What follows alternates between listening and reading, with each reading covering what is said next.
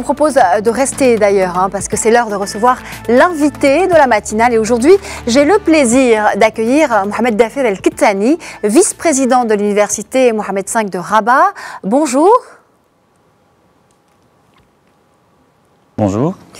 Alors, le 4e sommet des économies émergentes relatif à l'enseignement supérieur vient de refermer ses portes. Il s'agit d'un événement mondial, The Higher Education 2018, qui a donc pris ses quartiers dans la capitale marocaine. Alors, dites-nous d'abord, Mohamed Dafir El-Kettani, pourquoi c'est le Maroc qui a été choisi comme référence mondiale en matière d'autorité par rapport au secteur de l'enseignement supérieur pour abriter un événement de cette envergure? Merci. Times Higher Education est un organisme mondial qui est responsable des classements mondiaux des universités à travers le monde. C'est la référence en cette matière et donc il établit de manière régulière et systématique un ensemble de classements basés sur la collecte de l'information massive en provenance des universités qui traduit toute leur activité au niveau de la pédagogie, de la recherche, des investissements et qui permet donc d'établir ce classement-là. Le Maroc, dans son évolution, notamment au niveau du secteur de l'enseignement supérieur, commence à prendre un cap tout à fait décisif pour intégrer les atouts, avoir les atouts des universités qui sont extrêmement adaptés au marché de l'emploi. Donc pourquoi le Maroc? Nous souhaitons donc marquer notre présence au niveau africain, au niveau des pays émergents, et donc pouvoir nous distinguer par rapport aux autres pays, et donc marquer notre place à ce niveau-là. Alors, Mohamed Dafir El-Kettani, est-ce que vous pouvez nous dire maintenant quels étaient les enjeux majeurs de cette 4e édition? Oui, tout à fait. Donc les enjeux majeurs consistent donc à discuter des enjeux majeurs, donc des évolutions nouvelles des universités dans un avenir tout à fait proche et de les préparer aux évolutions du secteur privé et de l'économie.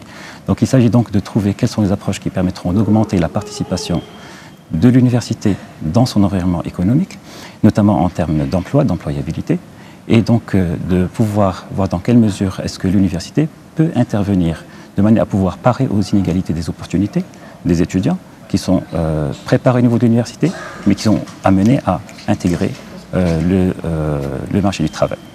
Alors, par la même occasion, nous avons discuté de la relation qui existe au niveau de l'emploi par rapport au secteur public et au secteur privé. Une certaine concurrence peut s'avérer notable à ce niveau-là. Et donc, dans quelle mesure est-ce que l'environnement offert par l'université pourra préparer mieux l'étudiant, une fois diplômé, à pouvoir intégrer le marché de l'emploi? D'accord, oui, des enjeux majeurs effectivement, surtout par rapport aux inégalités des étudiants, par rapport au fait qu'ils vont intégrer le monde du travail. Alors la thématique justement de ce sommet sur les économies émergentes relatif à l'enseignement supérieur était cette année la préparation de la prochaine génération d'universités. Est-ce que vous pouvez nous dire maintenant quelle a été la conclusion de cette 4e édition sur ce point?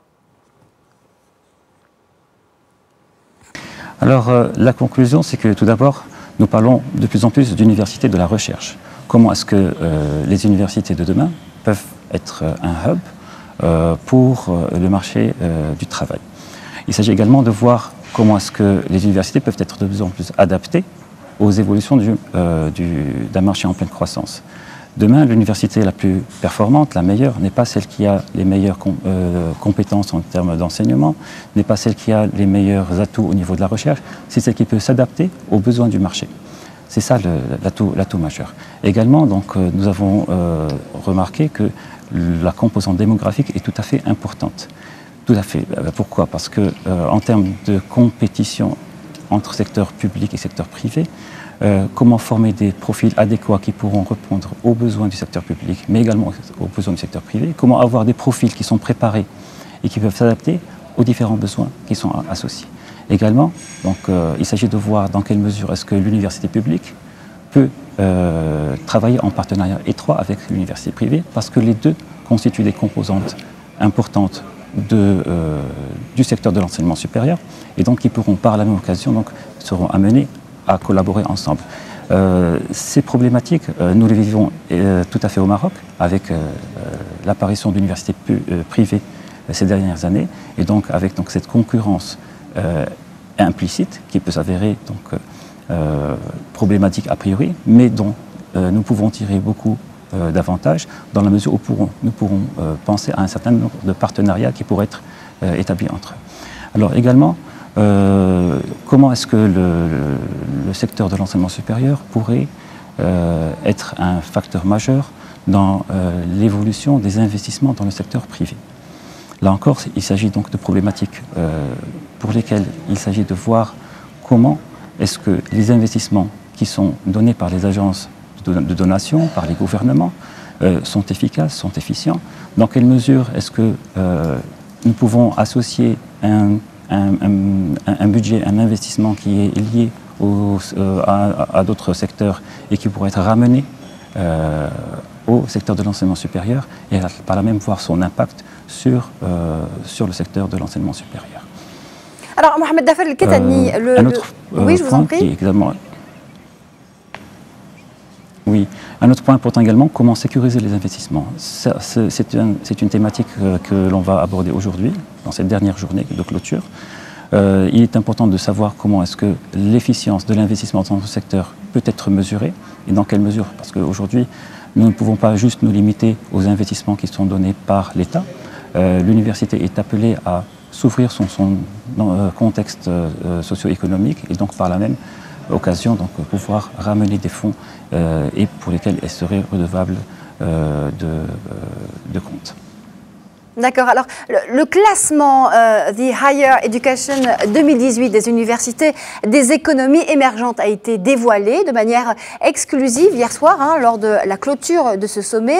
Dites-nous quels sont les résultats, Mohamed Dafer El-Ketani, et surtout comment s'en sort le Maroc? Oui, tout à fait.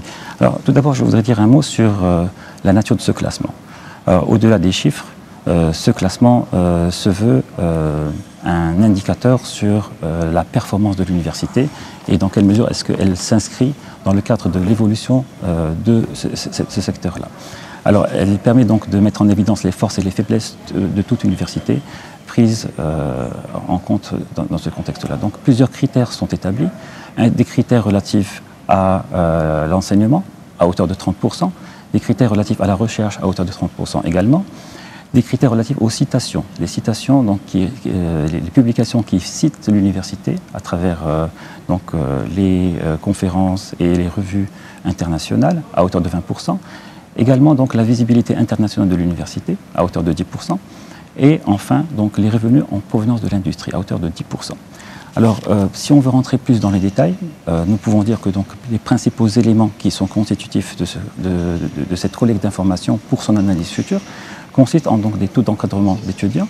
On mesure quel est le taux d'encadrement d'un étudiant, le ratio des doctorants par rapport aux étudiants de premier et de deuxième cycle, quelle est la proportion des revenus institutionnels ainsi que celle des revenus de la recherche et quelle est la productivité de la recherche.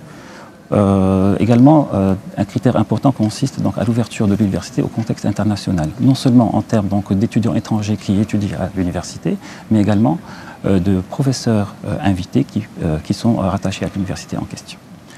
Donc aujourd'hui, au-delà des chiffres, ces rankings sont de véritables indicateurs géopolitiques sur l'enseignement supérieur et ce sont également de précieux outils d'aide à la gestion stratégique de ce secteur-là.